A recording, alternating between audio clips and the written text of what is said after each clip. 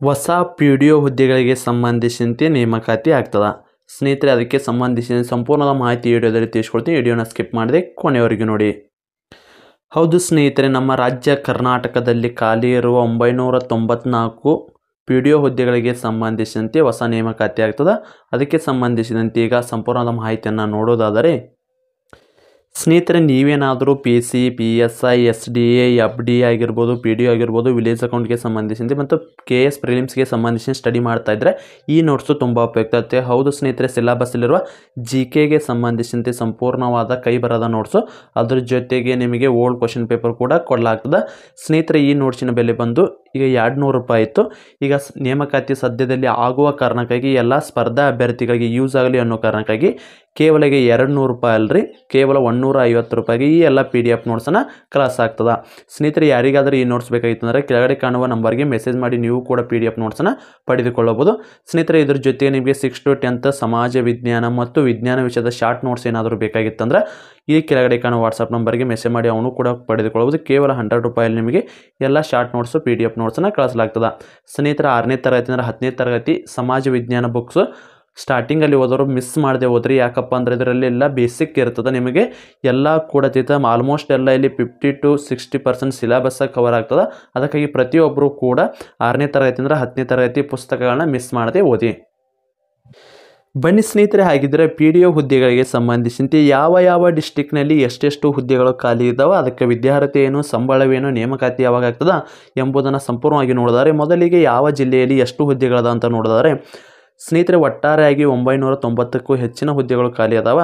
ಹಾಗಿದ್ದರೆ ಇದಕ್ಕೆ ತುಮಕೂರಿನಲ್ಲಿ ಎಷ್ಟು ಹುದ್ದೆ ಅದಪ್ಪ ಅಂದರೆ 75, ದಕ್ಷಿಣ ಕನ್ನಡ 72, ಕಲಬುರಗಿ 68, ಬೆಳಗಾವಿ 67, ಉತ್ತರ ಕನ್ನಡ 60, ಚಿಕ್ಕಮಗಳೂರು 55, ಹಾವೇರಿ 53, ಶಿವಮೊಗ್ಗ 49, ವಿಜಯನಗರ 47, ರಾಯಚೂರು 45, ಇನ್ನು ಅದೇ ರೀತಿ ಕೊಡಗು 43, ಬೀದರ್ 40, ಮಂಡ್ಯ 33, ಕೋಲಾರ 30, ಬಳ್ಳಾರಿ 29, ಚಿಕ್ಕಬಳ್ಳಾಪುರ 28, ಚಾಮರಾಜನಗರ 26, ಗದಗ 26, ಉಡುಪಿ 26, ದಾವಣಗೆರೆ ಮತ್ತು ಯಾದಗಿರಿ 18, ಇನ್ನು ಅದೇ ರೀತಿ ಚಿತ್ರದುರ್ಗ 13, ಕೊಪ್ಪಳ 10, ಧಾರವಾಡ 9, ಬೆಂಗಳೂರು ದಕ್ಷಿಣದಲ್ಲಿ 3 ಹುದ್ದೆಗಳು, ಬಾಗಲಕೋಟೆ 1, ಮೈಸೂರು 1, ವಿಜಯನಗರ 1. ಒಟ್ಟಾರೆಯಾಗಿ ನಮ್ಮ ರಾಜ್ಯದಲ್ಲಿ ಖಾಲಿ ಇರೋ ಒಟ್ಟು ಹುದ್ದೆಗಳು ಎಷ್ಟಪ್ಪ ಅಂದರೆ ಪಿ ಡಿ ಒ ಅಥವಾ ಪಂಚಾಯತ್ ಅಭಿವೃದ್ಧಿ ಅಧಿಕಾರಿ ಹುದ್ದೆಗಳಿಗೆ ಒಟ್ಟು 990ಕ್ಕಿಂತ ಹೆಚ್ಚಿನ ಹುದ್ದೆಗಳು ಇಲ್ಲಿ ಖಾಲಿ ಇರ್ತವೆ. ಹಾಗಿದ್ದರೆ ಈ ಹುದ್ದೆಗಳಿಗೆ ಸಂಬಂಧಿಸಿದಂತೆ ಅರ್ಜಿಯನ್ನು ಸಲ್ಲಿಸಬೇಕಂದ್ರೆ ವಯೋಮಿತಿ ನಿಮಗೆ ಎಷ್ಟಿರಬೇಕು? ಸ್ನೇಹಿತರೆ, ಇದು ಪದವಿ ಮೇಲೆ ಅರ್ಜಿ ಸಲ್ಲಿಸುವ ಕಾರಣಕ್ಕಾಗಿ ನಿಮ್ಮ ಮಿನಿಮಮ್ ವಯಸ್ಸು 21 ಆದರೂ ಕೂಡ ಇರಲೇಬೇಕಾಗ್ತದೆ. ಸ್ನೇಹಿತರೆ, ಅದೇ ರೀತಿ ಈ ವರ್ಷ ವಯೋಮಿತಿ ಸಡಿಲಿಕೆಯನ್ನು ಕೊಟ್ಟಿದ್ದಾರೆ. ಆಯಾ ವರ್ಗಗಳಿಗೆ ಸಂಬಂಧಿಸಿ ಪ್ರತಿಯೊಬ್ಬರಿಗೂ ಕೂಡ 3 ವರ್ಷ ಏಜ್ ರಿಲ್ಯಾಕ್ಸೇಷನ್ನ ಕೊಟ್ಟಿರ್ತಾರೆ. ಸ್ನೇಹಿತರಿನ ಅದೇ ರೀತಿ ಇದಕ್ಕೆ ಸಂಬಂಧಿಸಿದಂತೆ ಅರ್ಜಿ ಸಲ್ಲಿಸಲು ನೀವು ಏನೇನೆಲ್ಲ ಓದಿರಬೇಕು? ಸ್ನೇಹಿತರೆ, ಇದಕ್ಕೆ ಕಡ್ಡಾಯವಾಗಿ ಪದವಿಯನ್ನು ಮುಗಿಸಿರ್ಬೇಕ್ರಿ. ಪದವಿಗೆ ಸಂಬಂಧಿಸಿದಂತೆ ಇಲ್ಲಿ ನೀವು ಆರ್ಟ್ಸ್ ಆದರೂ ಮುಗಿಸ್ರಿ, ಸೈನ್ಸ್ ಆದರೂ ಮುಗಿಸ್ರಿ, ಕಾಮರ್ಸ್ ಆದರೂ ಮುಗಿಸ್ರಿ, ಅಥವಾ ಇಂಜಿನಿಯರಿಂಗ್ ಯಾವುದೇ ಒಂದು ಪದವಿಯನ್ನು ಮುಗಿಸಿದರೂ ಕೂಡ ನೀವು ಇದಕ್ಕೆ ಅರ್ಜಿಯನ್ನು ಸಲ್ಲಿಸ್ಬೋದು. ಸ್ನೇಹಿತರೆ, ಅರ್ಜಿಯನ್ನು ಸಲ್ಲಿಸಲು ಪುರುಷರು ಮತ್ತು ಮಹಿಳೆಯರು ಇಬ್ಬರೂ ಕೂಡ ಅರ್ಹತೆಯನ್ನು ಪಡೆದಿರ್ತಾರೆ. ಸ್ನೇಹಿತರೆ, ಇದು ಕೇವಲ ನಿಮ್ಮದು ಇಷ್ಟು ಹುದ್ದೆಗಳಿಗೆ ಅಂದರೆ ಯಾವ್ಯಾವ ಜಿಲ್ಲೆಗಳಿಗೆ ಎಷ್ಟು ಹುದ್ದೆ ಅಂತೇಳಿ ತಿಳಿಸ್ಯಾರ. ಬಟ್ ಇದಕ್ಕೆ ಸಂಬಂಧಿಸಿದಂತೆ ಮತ್ತೆ 2A ಎಷ್ಟು, 2B ಎಷ್ಟು, 3rd A ಎಷ್ಟು, SC ST ಎಷ್ಟು ಅಂತ ಸಂಪೂರ್ಣವಾದ ನೇಮಕಾತಿ ಆದಾಗ ಸಂಪೂರ್ಣವಾದ ಡೀಟೇಲ್ಸ್ ಕೂಡ ಬರ್ತದೆ.